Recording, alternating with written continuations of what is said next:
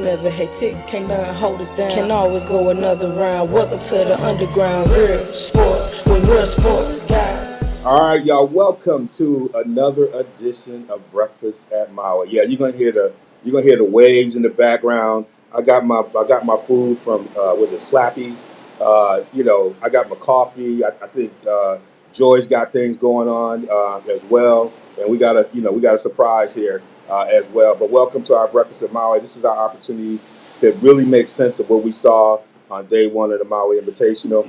Before I begin, I want to say this is brought to you by TMS and the Depression Center of Beverly Hills and Dr. PJ Bowman, Our World Business Solutions, and Aston Mahana at Kahana Poly. And they've been hosting us. We're here, right here on the balcony. If you have a chance, you got to come out and stay at this place. It's beautiful. But before we get going, we got to bring my man in, the youngin, who's usually with us on site, Darnell Kirkland Jr. He's live from the upper Midwest. That's what we're going to say, where the weather is, where you got to put a jacket on. How you doing, brother? I'm doing all right. I'm glad you spoke about making sense of what happened yesterday because a lot of it didn't make sense, quite frankly. But yeah, I'm just excited to get on and talking to this basketball. We watched some amazing games yesterday, and that's for sure. I just wish I was there. Couldn't necessarily get the time off work. I just got a new job, so yeah, working through that. But next year, hopefully, I'll be there. We're going to have you on site next year and enjoy it. And we'll have that four screen going. But I'm here with Coach Cecil, and I call it Joy the Magnificent. And we are doing it all and loving it today. Now, when I said yesterday, on Sunday, I said, when we kind of did it, I said, by Tuesday, all these guys are cool. By Tuesday, somebody's going to lose their cool.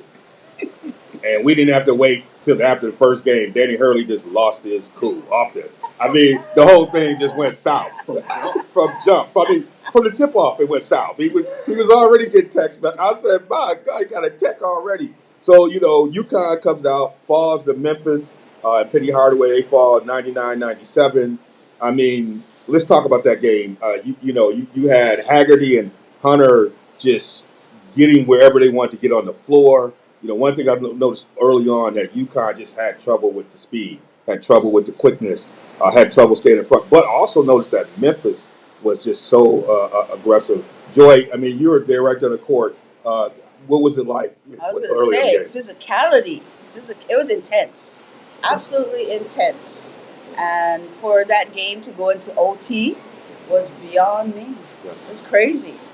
Hurley was losing it from the jump, for real. He was on the officials, and it was crazy. It was crazy. He was losing his mind. Yeah, and I was, one of the things is you could tell he could tell he was in the game early on, Coach. I mean, he could. Sometimes you sense when you're in the game. And Penny said on Sunday, the one thing he knew about his kids is they were going to play hard. That was one thing, and they definitely did that and more. What impressed you about Memphis in game one? We were not intimidated. Well, again, Darnell, my man, I miss you, brother. And you'll know what this means later. I'm just going to say Dolphin Connect. Because that's when I knew a brother knew what he was talking about. But anyway, like I said early on, I thought the games were going to be competitive just by what the coaches were saying.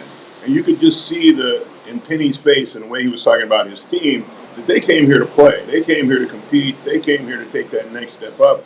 With all reverence to UConn and what they were doing, you could tell that they were going to be about business. Like Joy said. Joy said they're here to win. This is about business. And that's the way the whole thing came out. The thing about Hurley, even though he came out aggressive, even though he came out, on edge, and part of that's being, defending champions, having a legacy, all that's built into it. But when it came to the point of him having to coach, he coached. Yeah. Yeah. When they needed execution on a play, they ran a play, got a bucket when they needed it. I mean, the man might have been a little bit a loose cannon, but he still coached. Yeah. Okay? And I can say it about Penny, too. I know what people are saying about it, but that man coached. Yes. It was really a strategic game all the way through. It was talent versus talent, different kind of talent, different types of things. But when it really came down to it, you saw two people coach. Yeah. Okay? As DeVon always says, the thing is the thing. right? And they coach their teams, and so that's why it was such a great game. Well, what I noticed too was that Memphis was not intimidated that they're playing the two-time champs. They were not intimidated at all, and they were ready to play. Yeah, I said, And they're looking forward to this game. Yeah, yeah. Yeah. Darnell, I mean, I know you were trying to look at it and watch it back there.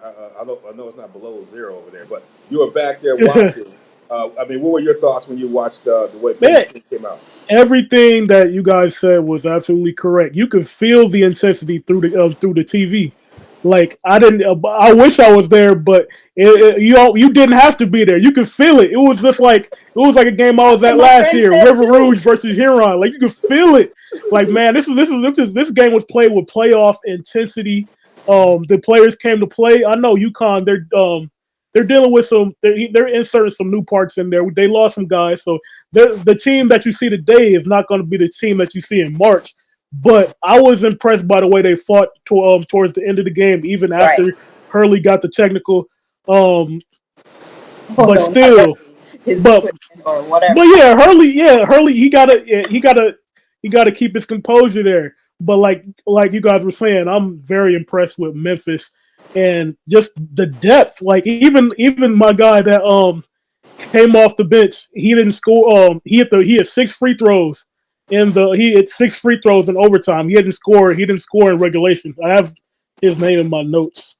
Um, PJ Carter. Yeah, PJ Carter did not score in regulation. He had 6 free throws in overtime. Got Yeah. ice in his veins. He ended up with 9 points.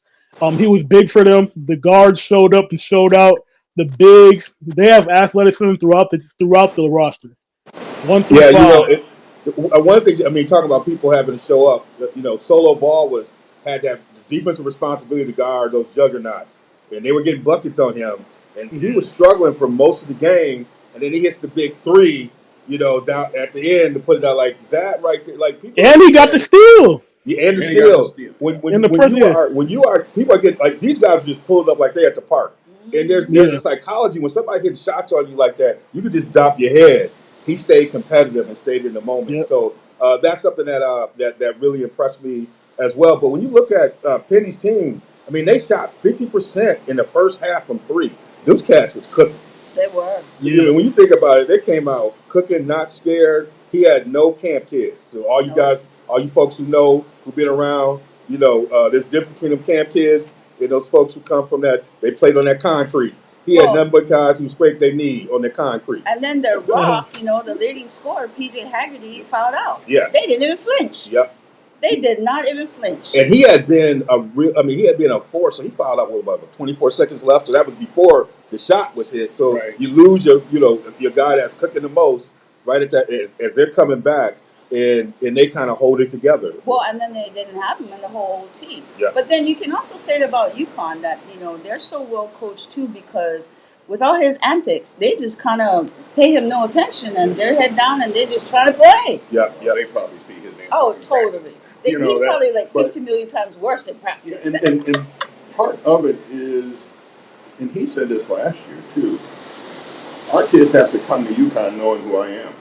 Yeah. Okay? Yeah. So this ain't no surprise to them. That's true. And they know that what he's doing is fighting for them. Okay? Now, could it hurt them, put them in a bad situation? Yeah, potentially, yeah. Okay? But at the end of the day, they're going to fight for him, and they did. It's like Catabon, is that how you say his name? Caravan. They asked that question last night in the interview about what has to be done. He goes, this is on me. Yeah. I'm going to take care of it. I'm going to get us ready to play because this is my responsibility. I was like, okay. I mean, because he knows that. He's got to be the guy that talks to the team. And he wasn't saying, coach, Yeah. Coach has already delegated. This is on me. I'm going to get us ready for That's tomorrow. leadership. That's leadership. Yeah, and he's such a player. I mean, and he did so much on the floor, Yeah. but it was one of those games where, he ended up with 19. This is a game where he needed 27. This is a game where he needed to be into the flow a little bit more. And I would say even Terrence Reed, the transfer from Michigan, early on, I mean, he was battling, with Dane and Musa a lot early on, and they were getting him, and he kind of found his way He started. It felt like that was when he was becoming that UConn player down the stretch. You start to see his imprint on the game, and he ended up with a pretty good game. But I felt like he was getting some blows, but he was taking more blows in the first half than giving. It seemed like down the stretch he was giving them that inside presence, being much more dominant. So like I think you were saying, Darnell, the team that they're going to have in 3 months or 2 months, once these guys kind of figure out who they are in the system, is going to be great. The other thing I like about what Hurley did was he changed it up. He switched to that trap, right? He changed up the tempo a little bit to make it harder for them to get into their offense. You saw that they were struggling. So there was a lot of games within the game, kind of things that I love. Well, the thing that you note too is that in about the 7.5 minute mark, Tyrese had gone on a tear. Yep. Okay, and about the 7.5 minute mark is when Tyrese hit that three to put them up by 12. Yes. Okay, and then Hurley switched to that zone. Yep. Tyrese never scored again. Yes. At that point, he had 26. Yep. That includes the last 6.5 minutes of regulation and the entire overtime. Tyrese never scored again. Wow. Okay, which helped them get to the overtime Right. because he wasn't hitting those shots. But like you said, that kind of slowed him down. Now, I got to give Memphis some prop too, because Penny said it too, and we talked about it earlier. Penny switched defenses. That's right. Because they were starting to get in rhythm. Connecticut was starting to get into their rhythm. Which is how they made their way back. And slice and dicing them. And so Penny went to combination. He went to a 2-3. He went to a matchup. He went to a zone where they're switching everything. Okay? Because he said the same thing. So it was a chess match with these two guys. Okay? Let's slow down momentum. Let's get it going back again. It was a chess match. How's that for the first game? That's the first game. So we're feeling good about it. And then we got them early, right? Joy, they come back early in the morning, so we get our dose of Dandy Hurley again early in the morning. That alone is a show. We'll be that first game, and we'll talk a little bit about that. And then in the next game, Colorado against Michigan State, that was supposed to be bang, like both physical teams. But Darnell, you appreciate it. That felt a little bit like Crawford against Spence. It came warmed down a little bit. They said it felt like Crawford against Spence, and even Tad Boyle was like, he basically said we just got beat down. I mean, they thought they were coming there. They used to be physical, and they just like they couldn't match the physical. Yeah, he kind of just. This one I knew they was in trouble. Michigan State walked into and I have a little video of them walking in, and they're walking in. They're walking with the pads like they're gonna do linebacker drills. When you got a team, and if you watch them at halftime, their warm-up looks like the warm-up on the football team, but at halftime, the way that they do their warm-up at halftime, I'm thinking, see, Izzo is all about football. Darnell, since this was your team, I'll start with you. When you watch Michigan State, I mean, they didn't shoot well from the three. They never shoot well from the three. If they can shoot the three. They shoot like New York City point guards. They just go strictly to the hole, no jumpers allowed. What's going on? Man, if Michigan State can shoot, they'd win this game by 30. But it's been the common thread over the last couple years. Michigan State, they haven't been able to hit the three ball, but they have addressed some of the issues that they had in the front court over the last year. I think Zapala played well, doing a lot of little things. Xavier Booker I think he looked good in stretches. He got to continue to develop in the physical aspects of the game, but man, does he run the floor! I think that's another area where Michigan State separate themselves from Colorado is just their pace, especially when they go to the 3-guard lineup. I think Jason Richardson's son, Richardson, he showed poise from a freshman. A lot of freshman guards, they're a little wild, but he showed poise. He played like an older guy. It was nice to see Jeremy Fears out there. He got shot last year, so he wasn't able to play the second half of the year, but he played well. But yeah, they have to shoot better. They have to shoot better if they're going to be competitive going into the postseason. But it was nice to see us get a win. It was nice to see them get a win. Look at you. Look at you, man. Come on. We're gonna let let him go, because when we get to the last game, it's about us. It's about us. Joy gonna be like, it's about us.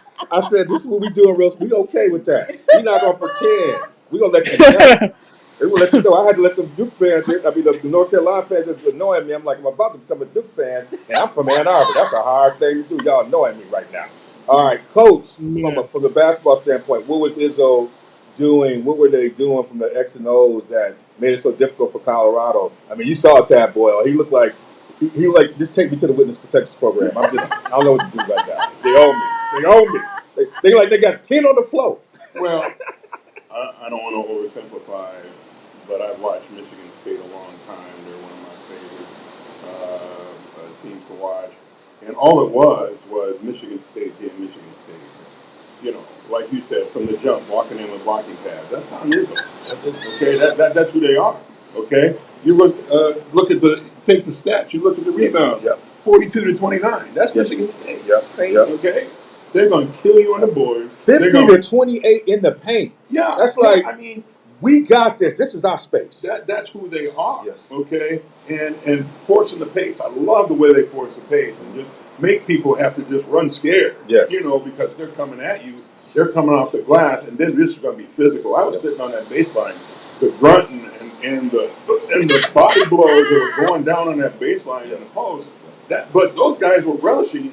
Yes. And you could just see little by little by little, Colorado was like, that's like taking body shots. Yeah, that's why I said it was like Crawford against Spence. You could see him breaking down right before your eyes. Yeah, they're just slowly but surely, we just can't take it no more. Yeah. Right. And then it just got easier and easier, but that's just Michigan State. They are going to grind you. They're going to play their game. They're going to play it unapologetically, and they're going to do what they do.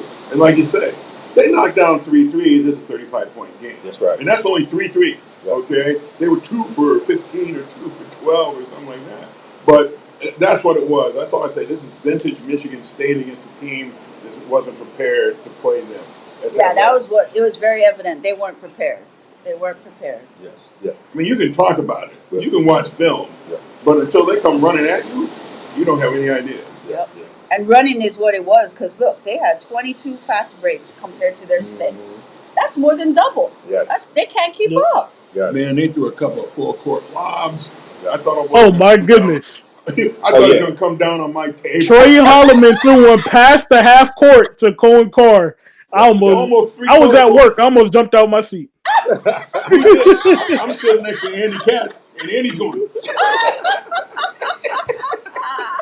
Oh, I love it. I love that baseline because I was down there with the Creighton AD, and he was doing the same thing. He's a big guy. I'm like, oh, y'all, that baseline seems to create that kind of reaction on us. So, Michigan State is ready.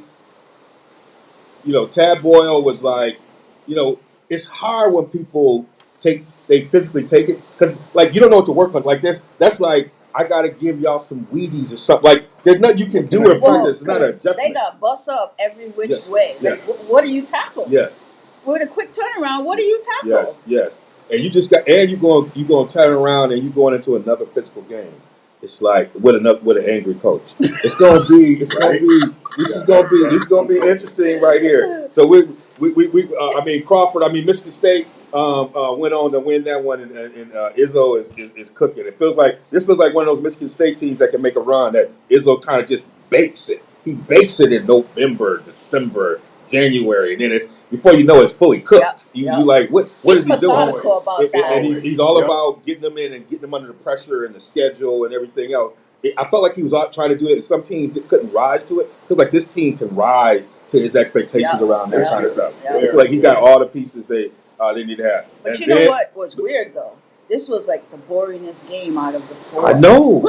And look how much we talked about it. It was still fun to watch. Exactly. And it was like the most calmest per se of all of our games because we still got the winner to come. Yes. Now we got Auburn, Iowa State. Oh my goodness. 83-81. I mean, Iowa State came out and got surgical with it early on. I was like, it was like the Auburn players was like, what's happening to us?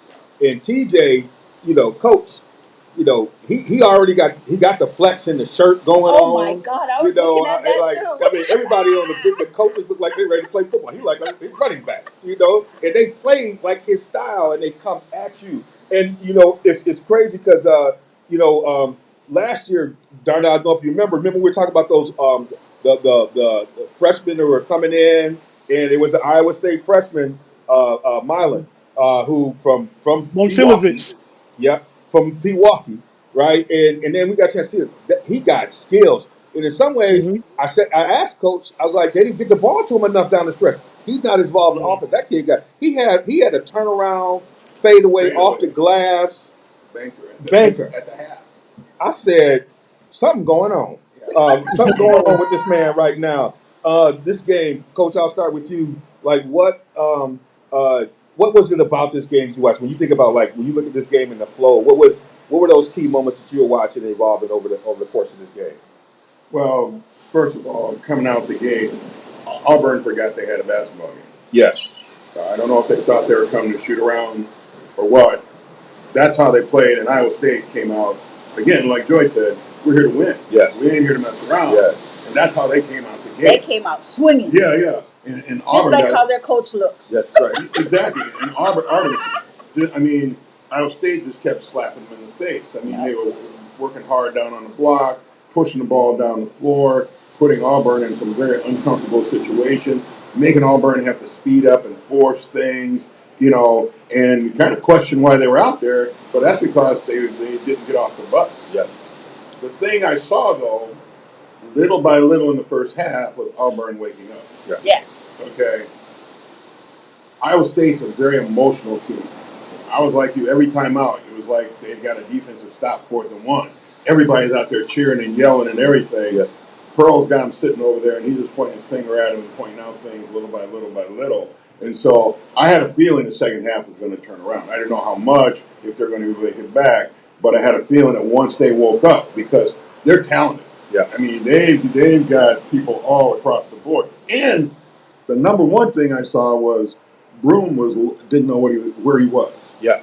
Okay? He was not down on the block. Yeah. He wasn't playing inside at all. He was trying to roam around the perimeter. Yes. We were sitting there talking. He said he's looking at the scouts over there so they can see he's got a perimeter game. Yeah. Because he wasn't getting onto the block. That's Second right. half, first 3 touches on the block. Yes. And that's when they started to come back. Yes. So And I was over there with them scouts, hanging out with them Lakers scouts, hanging out with San Antonio, hanging out with the Clippers, hanging out, and they was all looking. And when you don't do this, they shake their head. And when he got down the block, they yeah. That's what they came to say. Right, and that's when they started cooking Yes. because they could play inside out. He got aggressive down there, okay? And, some people said part of it with them was when Baker went out, Chad went out. Yeah. It was, but he wasn't even into the game when he went out, Yeah. okay? And then he came back in the second half. But they started cooking when they went inside out. They got a lot of inside out looks, or Broom just went right to the rack, okay? But you said they came out extra late, Yes, right? yes. So there's some words that were said. Yeah, so I put a tweet I said, they were late. I said, coach is up there making sure they get the message. Because the clock was winding down. Iowa State was already warming up, and you had not seen Auburn Tigers. I was like, and we found out later it was the players also getting in. They came out. I said, and then they came out, went on that run. I was like, message sent, message received. But I mean, Bruce was not playing around. I mean, he went in the locker room angry. He came out. I was like, okay, they're gonna do something in the second half. Darnell, you had a chance to observe this team. What did you see in this game? Yeah, they're a deep, talented team. I mean, Yeah. also battle tested. Earlier in the season, they played Houston. They beat Houston Yep. in Houston. Not an easy thing to do. Not an easy Now, thing. now they beat Tough down dog. now they beat another junkyard dog, Big 12 team at Iowa State. They know they signed up for 40 minutes and they're gonna play for 40 minutes. This team is not a team that's gonna quit. Ja'Kai Broom, he's a grown man down there, but he wanted, like you said, he got some Josh Smith in him. He wanted to show that he can step out and shoot the jumper a little bit. He can hit one every now and again, but he shouldn't be living out there. He shouldn't be living out there. But once he got down there, he started impacting the game. Well, I think him and number 44 as well started impacting the game in the paint, really crashing the glass as well. That's when the game turned around. And also, watch out for Tashad Pettiford, number 0. Nice guard, number 0 for Auburn. Yeah, and I think on Iowa State side is when we talked about this, they forgot about Joshua Jefferson. I mean, Yeah. this is a person that when the ball is in his hand, you can First half, tell he does everything. he controls, he does everything. Yep. And it's again, teams learning who should have the ball when. Mylan and Josh should be involved anytime you're in trouble because they can pass. Mhm. They command the double team. Their skill, and it seemed like they went away from them a lot, and that kind of just. And I'm like, it went to win the push because he was so much of a presence. He didn't score a lot, but he gave the hockey assist. Yeah, he created the he play did. that created the He play, did. That's and right. it was like they did not run enough offense through him when stuff started going down. And he's kind of, and he's just good on both ends. When I was talking about pros, even on the court, I'm like, this guy right here is a pro. He's a pro. He's a pro, Yeah. and he's someone like if I'm looking, I'm like, this is you might be a steal. This might be a steal if you can get him. Yep. And they always have great players coming out of Iowa State, but this is a guy that just like they did not utilize him enough down the stretch. And you look at it, it's like the way he was playing the first half. I'm thinking like this guy's on the way to getting like 25. He ends up with 9. 9, not even double digits. Not even double They digits. didn't use They his didn't talent. use him at all, Yeah. especially in that second half, because he was really hurting them in the second half. In the first half, because like he was playing the whole game. Yeah. He was that extra pass. Yes. He was that extra rebound. He was that extra possession. He's on the court 35 minutes, Yeah, right? yeah. And He was killing him in the mid post in the first half too, disappeared. with Yeah. that fadeaway. The fadeaway and everything else. So, and I asked Coach about it. Coach was like, he said, we gotta get him more involved. Yeah, you gotta get him more involved. He on the court 35 points. He only took 6 shots. Which is crazy. When these other guys, these other guys trying to get their bag on and not realize who can feed you. Right. And so, hey, but both these teams are going to be a problem. I'm going to say that. One thing we cannot get away from, real quick, Yeah. is Keyshawn Gilbert. Yes. That dude is a beast. Yeah. I mean, he's physical. Talk about a junkyard dog. Oh, He's yeah. coach personified. Yes. He almost bailed him out single handedly. Yeah. He's got that vein. He's got that. You know that kind of the person. I said these coaches and got teams that run to the smoke. He runs to the smoke.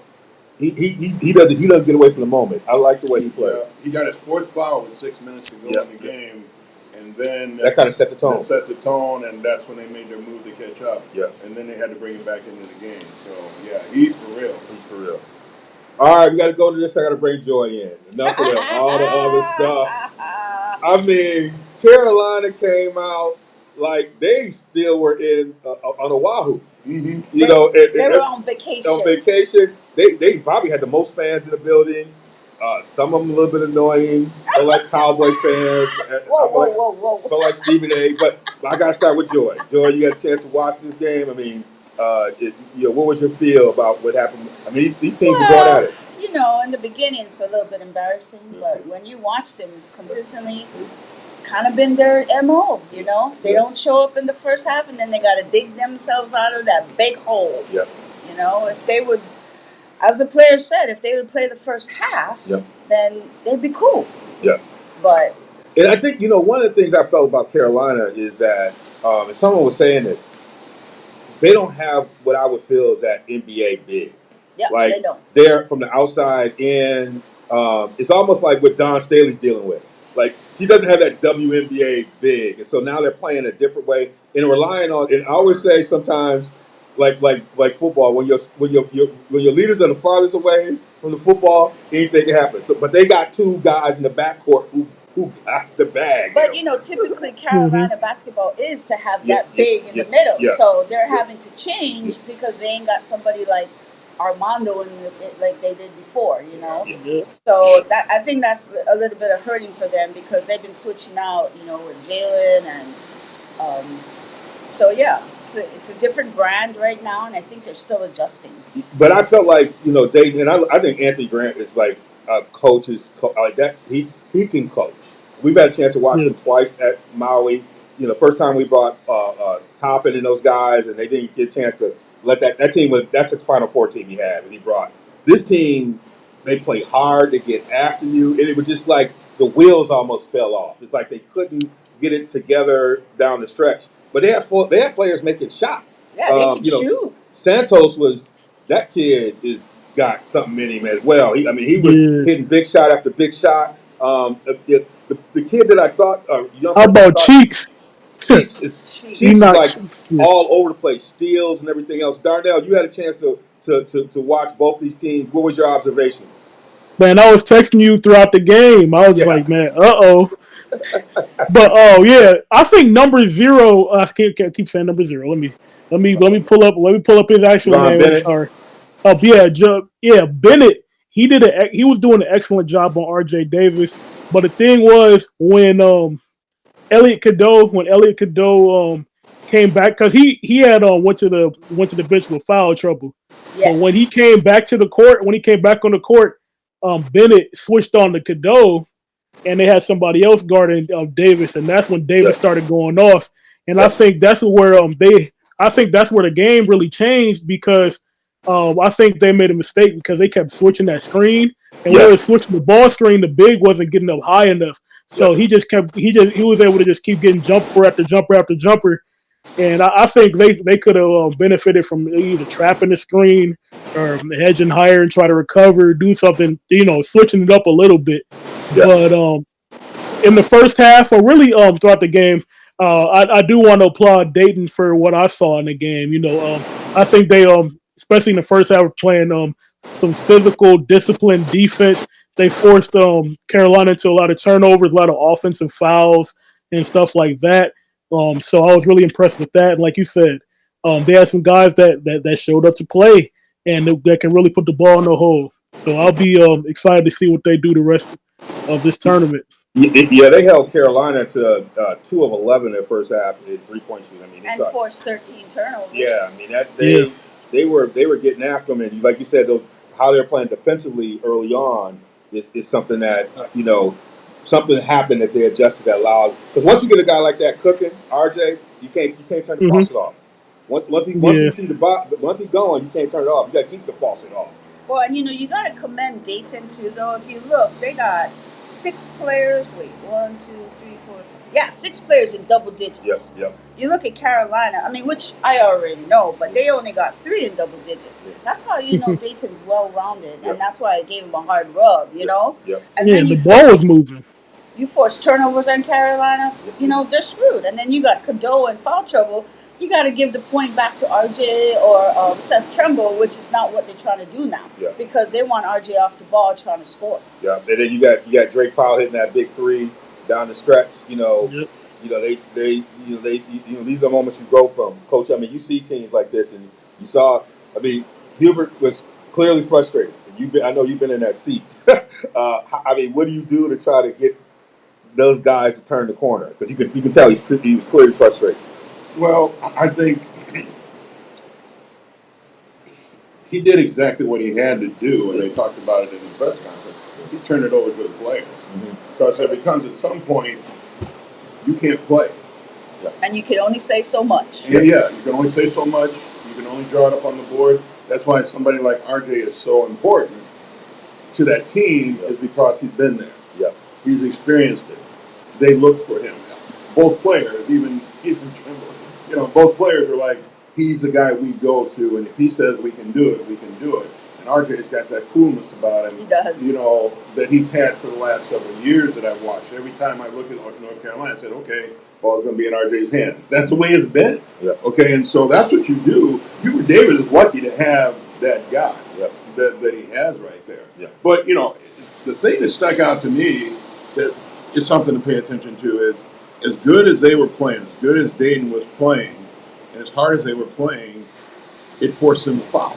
Yeah. Look at they had 2 guys foul out and a couple other people with 4, and look at the free throws. There was 27-34 on the free throw line, and Dayton was 12-15. So as hard as they were playing, they were fouling. Yeah. And at the end, they're putting RJ on the line. Who is one of the best free throw shooters in the country? Yeah. He's the best on the team, too. At game time, and that's why, and I do agree. Now, everybody, I don't disagree with Darnell about you want to trap the ball screens, but it's hard to trap the ball screens against somebody like RJ, because all he's going to do is pull it out, get around the corner. I mean, you got to be careful with that, because now you put him in a position where he can kick left or right once he beats the double. Okay, or you end up with a mismatch underneath. So you got to be a little careful about doubling a ball screen, especially against great ball handlers, that are used to it and know how to get out of it. And so I think they thought they had some luck with that early on and they could recover, and that's why they stayed with it. But it might have ended up being their Achilles. But to your original point, I think Hubert is just glad that he's got the player he has out on the field and now on the court. And also he's got Seth, who's coming around to help with that too. So yeah, I think in that situation, you almost are better to find ways to extend the clock, have some pressure to like make them eat up more of the clock in the possession, so that RJ speeds up. I don't want to try to deal with him in the half court. I want to deal with him before he gets to either deny him the ball or extend pressure so that they got to use less clock, because I don't trust those other guys to make the kind of decisions he's gonna make. If I can play a calculus where the ball is out of his hands and somebody's got to make the decision because they had to rush it, I think that's the way I would probably play that's them. a good point, because he used to be their primary point guard. Yeah, right. So he can facilitate. Yeah, that's right. But he's also their leading scorer. I mean, you know what I'm saying? So that's a double-edged sword. Yeah, because once he got that ball in there, he was cooking. Yeah. He was doing everything. He was setting the table. He was making sure everybody eat. He ate. Yeah, he's like, give me them bag of chips. I got his drink. Let's do it. I mean, everybody was like, we trust it. They're like, when he's cooking, we trust it. We eat what he gives us. Yeah. And so it's going to be, I mean, Hubert, it's funny because you remember Izzo telling the story about when he first coached at Maui and he had Magic Johnson. He coached about him. Yeah. I thought about that as Hubert was losing. He had, you got all these great folks. You got Roy here. You got the whole crew here. I think we had Ford here. You got all these folks looking at you. You know they looking at you like, how are we taking this beat down? I mean, I felt all kind of pressure at that game. Look, we can get ready. This has been a great first day. What do we got on tap, Joy? What do we got on tap for the games today? I know you got one. We got first game up is our wonderful Mr. Hurley, UConn in Colorado. Then we got Memphis, Michigan State. Ooh.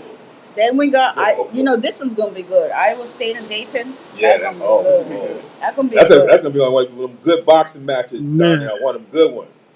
But then we top it off with Auburn and UNC, baby. Ooh, that's going to be nuts. This is crazy. Yeah. We're not worthy. I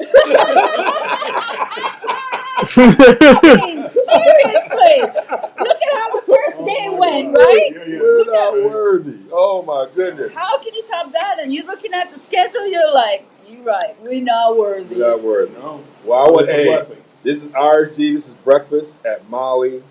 We got my man Darnell in the house. Thank you, my brother. Miss you, brother.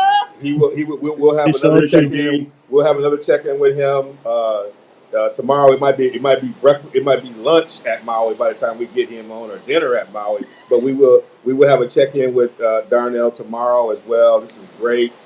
Keeping everything connected. Joy, it's been good to be on this journey with you. Cecil, it's been good on this journey. We want to thank our sponsors, Dr. Bowman and TMS in Depression Center, Beverly Hills, Our World Business Solutions, and Aston Mahana at Kahana Poly. Our man, who is doing it all, Brian Cox, the GM here. If you ever have a chance to come out this way, please check this place out. It's an amazing view. Beautiful. Everyone I've walked through the door to their suite, Cecil would tell you, they're just blown away. You have a chance, it's a great place when you come out here. And also come out here to support. We would be remiss to say, look, there's still a lot of pain happening here in Lahaina. If you drive to the Civic Center, you see it. It's rebuilding. It's Lahaina strong.